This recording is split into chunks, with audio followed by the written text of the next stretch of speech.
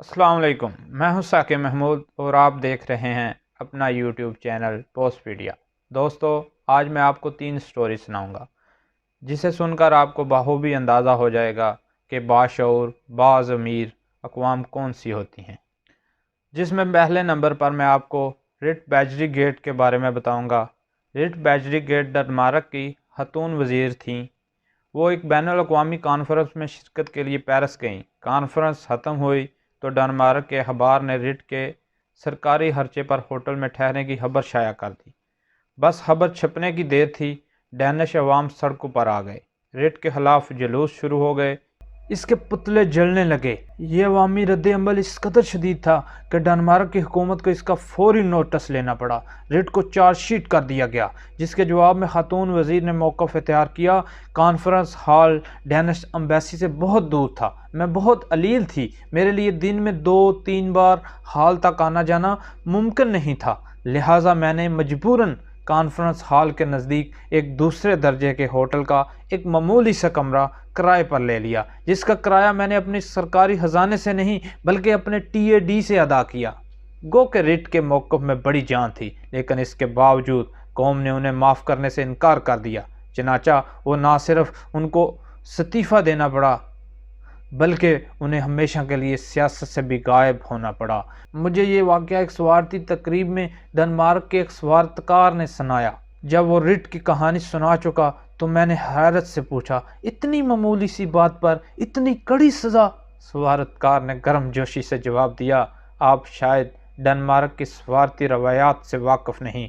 Danish हुकूमती ओहदेदारों को दौरों के दौरान होटलों में ठहरने की इजाज़त नहीं देते। मैंने परेशान होकर पूछा, फिर वो कहाँ ठहरते हैं? इसने जोश से जवाब दिया, डेनमार्क की एम्बेसियों में, सफ़ीरों के सरकारी घरों पर या फिर मेज़बान मुल्क की फराहम करदा रिहाइश गाहों में।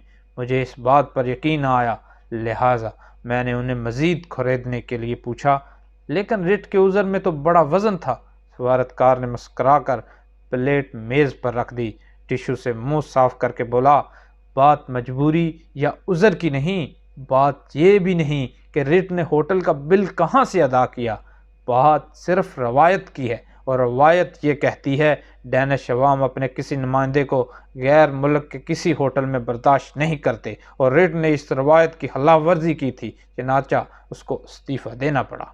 स्वार्थकार का इस्तदलाल मेरे सीने पर बर्छी की तरह लगा। मेरा जी चाहा मैं इसका दामन पकड़ कर कहूँ, मेरे दोस्त देखो, वसीउल कलब लोग ऐसे होते हैं। अगर आपको नवाज शरीफ दौर के ही रोदात सुनाऊं तो इनमें वज़ीर आज़म की मैयत में 24 और वज़ीर खारजा की क़यादत में 22 लश्कर बाहर गए, लेकिन हमने किसी रिट से नहीं पूछा। जनाब, आप लोगों ने डिवाइस के 2 रोज़ा दौरे पर $2 मिलियन खर्च क्यों किए, ये जानते हुए भी कि कॉन्फ्रेंस हॉल में सिर्फ 5 अफराद जा सकते हैं? आप 6 दर्जन माहिरीन अपने साथ क्यों लेकर गए? आपको 7 गाड़ियों की ज़रूरत थी, लेकिन आपने 28 गाड़ियाँ क्यों किराए पर ली, ये जानते हुए भी कि यूरोप के 3 वज़ीर आज़म कॉन्फ्रेंस में शिरकत के लिए ट्रेन पर स्विट्ज़रलैंड आ रहे हैं? आप जहाज़ भरकर क्यों रवाना हुए, ये जानते हुए भी कि 90% सरबराहान अपने स्वार्थानु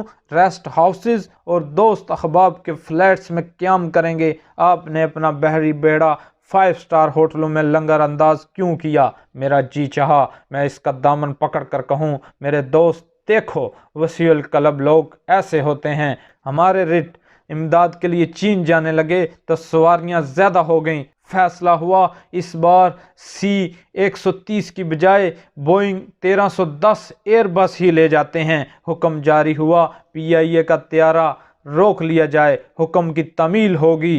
22 लाख रुपए वज़ीर इत्तलात का दावा था। 22 नहीं, सिर्फ 3 लाख रुपए खर्च हुए।